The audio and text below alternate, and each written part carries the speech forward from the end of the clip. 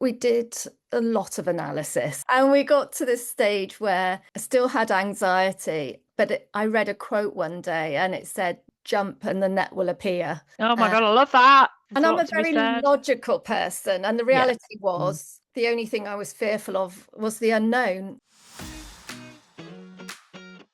My next guest is the delightful Natalie Wells, who is the founder of Natalie Wells Recruitment. And if you're clicking on this episode, it's because the hook about setting up your own solo business has enticed you.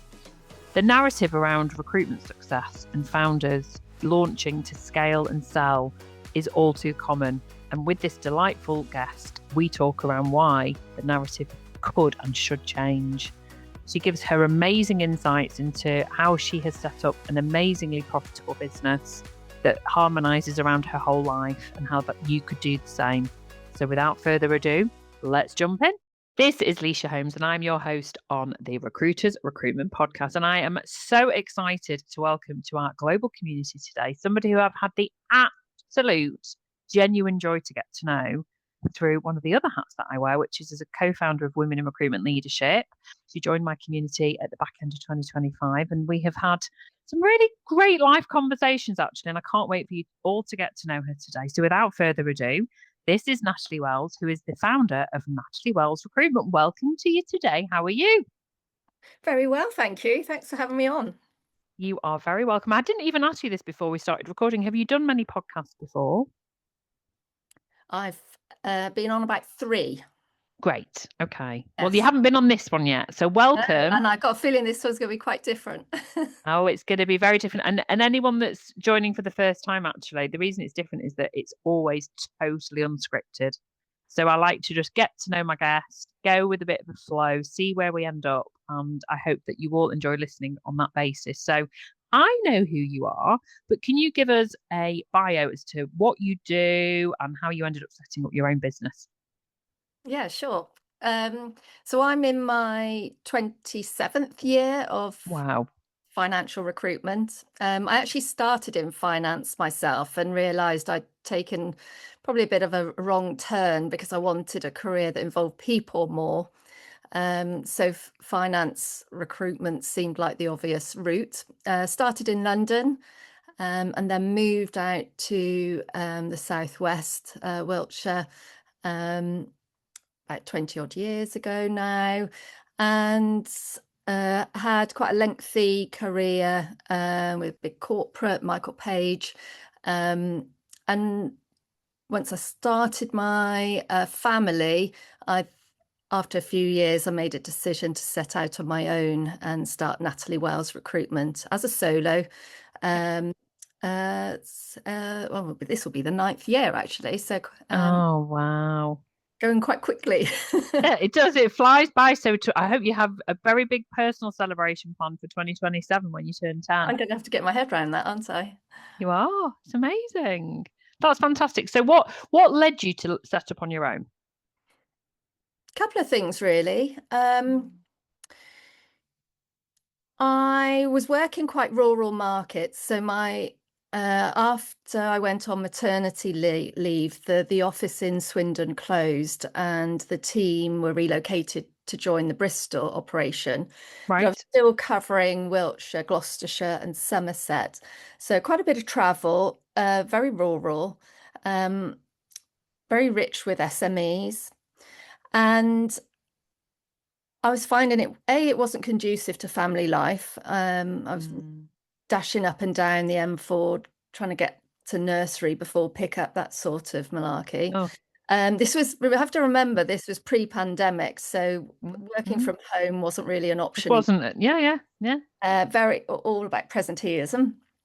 And I found I enjoy business development. I'm maybe one of those rare sorts, but I'm very nosy. I'm very curious.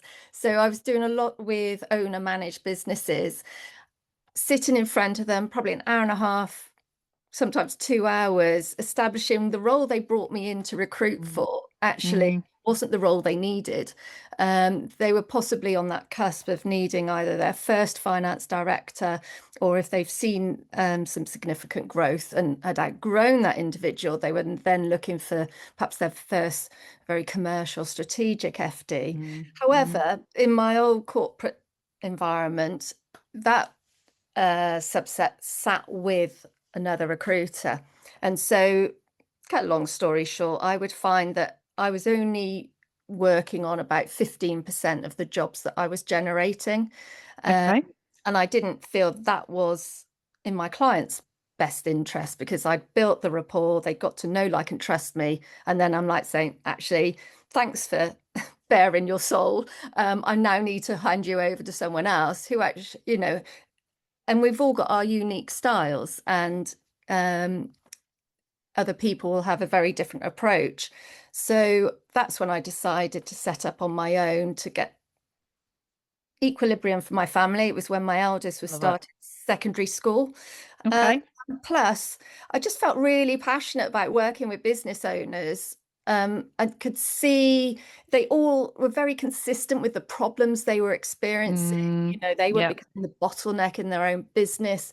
They just didn't have clarity over the MI. The sort of things that, either a part-time or full-time FD can address very easily. Um, absolutely. so yeah, I just kind of decided to follow my instincts.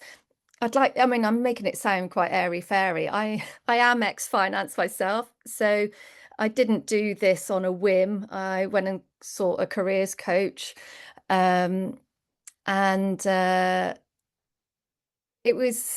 we did a lot of analysis, a lot of analysis, and we got to this stage where I still had anxiety, but I read a quote one day and it said, "Jump and the net will appear." Oh my Uh, God, I love that. yeah, I'm it was, stealing that. It's perfect. There's and a I'm lot a to be very said. logical person, and the Yeah. reality Mm. was the only thing I was fearful of was the unknown, Of and course. then But you could have that employed, couldn't you? That's the reality that that's when I you knew I entirely was ready, because I it was never going to become known until I actually did it. So that yeah, was the good for turning you. point. Gosh, there's so much to unpack there. I mean, first and foremost, just listening to you, that is to me what good recruitment looks like and sounds like. That you take your time, you meet all your customers, you are. Yeah, I really picked up on what you said there, that this is what they thought they were hiring, but actually what they needed was this. That to me is the true sense of what consultancy is. Mhm. And it's addressing, what the business needs, giving that advice, that guidance, that, expertise. And it's what a lot of recruiters, I think, are too fearful to do, where I'm not saying transactionally they just take a job brief and then they go and find that job brief, but there seems to be maybe a reluctance. And I think, I don't know if you earn the right to it when as you become more mature, or whether it's just inherent in you, because I love the fact that you talk about curiosity, and you said nosy actually, but I think curiosity is a nice spin on that. But you're so curious about their business, but actually you're identifying what those headaches are. And I think I would love what you described there in terms of that great sort of storytelling around how you came to set up on your own. That to me is what textbook good recruitment looks like. So I just want to say that first of all, Thank that you. don't underestimate why that has defined you in terms of your clients. And yes, of course you had an advantage by coming from a finance background, but I don't think it is necessarily No. essential to come from the industry. I think it's around how you ask the questions, asking the questions in the first place, and what questions to ask to ensure that you're picking that up. And the example I always give is that when I was in my first recruitment job in engineering, which was brilliant, I loved it. And I'm not an engineer at all. I'm not logical. I'm the opposite to you. I'm more around, tell me how you feel about this and what does that tell, all about the emotional side. So I really am not an engineer at all. And I was top biller. I was top biller consistently for 2 years. And I think they were trying to, get me into a position where they were thinking about succession planning me into a leadership role, whether I wanted it or not. And they brought somebody into the team who was an engineer. She was an engineer. I think even then they probably thought, oh, that ticks a good diversity box. Female engineer, she knows the industry, and she was She would sit and interview a candidate and tell them what they did. She didn't ask any questions. She would sit and tell a client what they did and didn't ask any questions. And I remember giving feedback to my manager after about the first month, where she'd had no interviews, she'd not managed to get any jobs on. And they were like, "What? I don't understand what's going on. She's this amazing engineer." I went, "It's because she's not a recruiter. She doesn't know how to ask questions." So I think what you described there for me is just like the epitome. So thank you for that. So in terms of the way you went around setting things up, and the reason that I think this is really relevant to those listening who maybe this resonates with, from a strategy point of view, you went to a career coach with the purpose of saying, I want to do this by myself, or I'm not sure what to do. I just want to understand where your mindset was with it. I just realized that what I was doing at that point in time in corporate was not my future. And Okay. I had to find an alternative. Mm, I thought it was recruitment, mm, but we didn't, go into those consultations blinkered. There were a few wild cards in there mm. as well. But the reality, what it came down to, is that I love recruitment. And one of the reasons why I chose to be solo is that although I climbed the career ladder and reached director, I was on the career path that focused 100% of my time on my clients as opposed to building teams of recruiters. I'd rather be out there discussing business, their problems, Yeah. and finding the solution. Um, so that was the motivation. It's also the reason why, and I think this is quite important if you're trying to decide whether to set up on your own or not, is whether you're looking to build a business to scale and potentially sell one day, So, although mm. very few do. Yep. But if that is the plan, you wouldn't use your own name in your company name. Mm, So the fact I have used my full name mm. in Natalie Wells Recruitment was absolutely deliberate. I was setting up in a market where I'd been operating for 20 years. Mm. And so that clearly You've you have got a personal we've brand. got you've got a professional, we've got professional brand, people know who you are. I'm going to counter that just very quickly because obviously I recruiters and I recruit recruitment companies, and I've got probably half a dozen clients actually in the Northwest whose founder set up, used their name, but they have scaled. So it's really interesting, that, isn't it? That they Well, have scaled. it was Michael Page that trained me, and so clearly Yeah. Michael Yeah. Page. Robert Half. Yeah. Robert Walters. Yeah, yeah, yeah. But no, I'm thinking actually SMEs even, but I'm just saying that because when I set up key recruitment, I remember my ex-husband, when we were talking about me doing it, I was like, similar to you, it's like, this is, I can't work for a corporate anymore. I just can't beat someone else's drum. I need to go and do my own thing, make my own decisions. You would use words like disruptive, challenger, all those words. But basically, I just wanted to go and do it by myself. And I did think about doing Lysha Holmes Recruitment. I thought about Holmes Recruitment, but then I thought, people might, I don't know. I just decided not to, but I just find that really interesting. So let's put a pin in this now, because there are so many podcasts out there, brilliant, brilliant podcasts, which focus, and I'm talking recruitment podcasts, by the way, which focus on scaled and exited, built a business to this, to 25 heads, whatever it might be. And I do think that the narrative is changing, where it's less so around that and it's more so around, I think scaling through profit, for example, is much more attractive. And what are your thoughts on like the sort of solo lifestyle founder versus the one that maybe is listening going, that just doesn't appeal to me. I want to scale. Like where do you see the two, and how do you know which route to go down if you're Yeah, listening to this now? there's a lot to unpack there. Sorry, Natalie, tell me everything. Where would I start? I would start by just defining what success means to you. Love that. Having spent decades interviewing people at the top of their game, whether business owners or CFOs, finance directors, few, I would say, are totally happy. Mm, Few would say they have arrived, they're living the dream.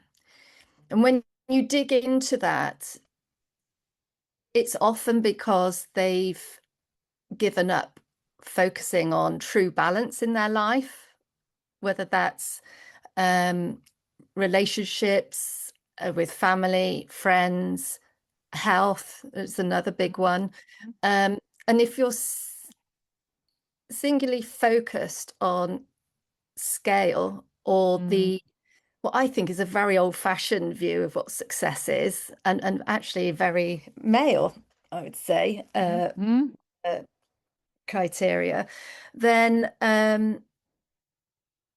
sadly, I know quite a few, and still some only in the last year who have arrived only to find that they're now in the divorce courts because all their kids are Mm. now leaving home just as they've got time for them. Mm. And I never wanted to be that sort of person. No. Uh, Yeah. I, I did this because I wanted balance. And I think, well, why do you want to scale to sell? Well, quite often it's because you want to build that wealth, presumably to either Mm. build a legacy or to have a flush retirement. Well, what would you? Mm. So I've spent a lot of time thinking, well, what would I want to do with those retirement years? Absolutely. Yeah. Yeah. Yeah. It would be making sure that have got really close friends, spend proper quality time with them, you know, with family. My health is Yeah. paramount. Paramount. Yeah. And I thought, well, why wait? And so what I've Mm. done is built all that in alongside building a lifestyle business, which incidentally, comparing notes with my peers during the pandemic, was making more profit than them because of their Yeah. overheads. Yeah. Um, Absolute. and Absolutely. at the same time, have Mm. I am also deliberately, this is quite controversial, I'm deliberately perm only as well. Mm. Yeah. So and I only work exclusive, largely retained. Yeah. Um, what that means is my client is buying my process. It's my Yeah. recruitment process. I'm bringing the expertise. I'm not signing up to their process. And so Absolutely. I set very You're in clear, control of yeah, where you're spending your time, aren't you? We were talking yeah, about this off camera about time. clear expectations in terms of what's going to happen when, and it Yeah. means that I can weave my life around that. Natalie, it's brilliant, and actually on so many levels there are comparables to me and how I run my business and my life and always have. I always prefer to use the word harmony rather than balance because it just seems a calmer word, and it's for me as someone who loves their job and I love my business and I love the industry so much, mostly. It allows me to have a holistic approach to how I run my life that some days I might literally not have time for so much time for me or my family needs or whatever is going on outside my life, but I know that I'll get that back. And I think you learn that quite early on when you're setting up. So we're talking about this because it is all a journey and you learn these things. And I think it's really hard when you first set out to achieve that. But I think looking back over the last 20 years of Key, that's where I'm still here. I'm still in business. I'm still relevant. I've got a good relationship with myself, my health, and my family. And I agree with you. I mean, look, we know the stats are so significantly shit when it comes to actually who sells their business. It's something like in the recruitment industry, it's something atrocious, like 4% of people actually achieve an exit. And out of that, it's something point zero of females that actually manage to exit if you're listening as a female founder. So to me, I think it's much better to have this narrative, which is why I was so happy to talk about this, that why not create your wealth and future proof yourself with your pension or however you want to see that. And it's a long time to till you're retiring potentially if you're listening to this and you are starting out in your recruitment career where you're creating wealth through other means. And having a lifestyle business is the same whether you are scaling or not, because it's the lifestyle that you choose. And I'm so glad you said that what is it you want? What is the success and how do you define that? For me, I want my success to be defined by being the most trusted and being seen as the expert in how to recruit the best people for a recruitment business, but also for having the most integrity. I want to be successful in my life as being the person that was there when people needed me. And and please note, none of that says money. I've not mentioned money in any of it. So I love that. I think I want to create a safe space, because I think very often you get this dichotomy in recruitment where, ultimately we are running businesses. You're a finance person. We talked offline about money, and it still underpins, without making money and profit, you're not a viable business. But why not create a safe conversation for people that are thinking of setting up on their own, or who are already listening that have done that? You're not defined by the money. You're defined by other things, and they're all right, by the way. I don't think there's any right Well, or I wrong. think, and also I think if people are working in corporate or working for someone Mm, else, I think one of my biggest concerns was, having worked for, a global recruiter, was mm, how much of that business was won because of the corporate brand. absolutely. And it was only, I just had to have faith that my name meant Yeah, something in my yeah, market. yeah. But the reality is, if you've got that personal brand, um, you'll always make far more money working for yourself. I was not only Mm, billing more because I wasn't handing those jobs over to colleagues, but you actually keep it all as well, apart from I the know. tax man. Let's not mention it. I was going to say, there's those funny memes, isn't it, where you have the photo and it's like, this is who I'm making all my money for, and it's a picture of HMRC. It's true. Well, we look, at the end of the day, it funds our welfare system, it funds our infrastructure. That there's Oh nothing we no, can I'm do a about it. willing Yeah, taxpayer.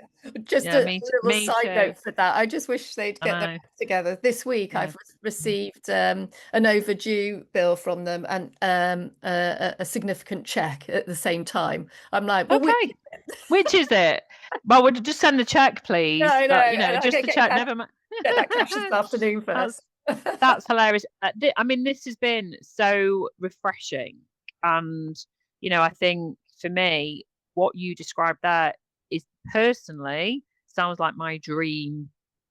Founder. You would, be somebody that I would 100% want to invest my time in, either partnering as an exec coach or encouraging to go and do it. Are there any people that you think shouldn't do it for themselves? I mean, you've just alluded to there that maybe if you work somewhere where you are working on legacy relationships and you don't enjoy it, I'm basically alluding to, do you think that you have to be a natural business developer to be successful in business? Yes. You Yeah, do. absolutely. Yeah. Absolutely. Your ability to actually fill jobs is a given. Yeah. And I'm doing a lot of training at the moment in AI, and looking at Mm, how to yeah. leverage my time to Good. make light work of that Yeah. side of things, Yeah. freeing Yeah. me more time to actually, get out there face to face with clients. But yeah, you've got to enjoy walking into a room where you don't know anyone. So Yeah. perhaps physical networking events, but Oh, love then it. those one-to-ones and getting people to open up to you. Mm, Personally, I think if you've only been used to recruiting for corporates, I'd say that's the biggest risk. yeah. I The people in my solo network who I think find it hard are because they were always reliant on PSLs Yeah. and big corporate recruitment. Yeah. Um, Agreed. and you've got no control over your rates then. Whereas my rates are quite high, Yeah. Good. deliberately so, but every role I get, I fill. So it's very forecastable. But Mm, if you haven't learned how to win business from SMEs, then I would say do that first before making yeah. the leap. Uh, Brilliant. I'm so pleased we brought that up. And if you ever wanted to set up a training business where you train people in how to recruit properly, I think you'd be full one-to-one training, because it's everything that you've said there that I think is how it should be. Thank you so much. And I think this will be a really popular episode with so many people who maybe know that maybe it's not going to happen now this year, but if not now, when? Jump and the net will come. yeah, absolutely. Love it. Natalie, thank you for joining us on the Recruiters Recruitment Podcast. It's been fantastic. Not at all, not at all. What I would say is if there is anyone who is looking to make that leap and just want a Mhm. sounding board, they'll find me on LinkedIn. I'm more than happy to Oh, have a you'll, conversation. you're all your details of it. If you just go back into the show notes, Natalie's LinkedIn profile will be in there. So remember to mention the podcast, and that's how you came to find it. And that is a very kind offer. Thank you so much. We really appreciate it.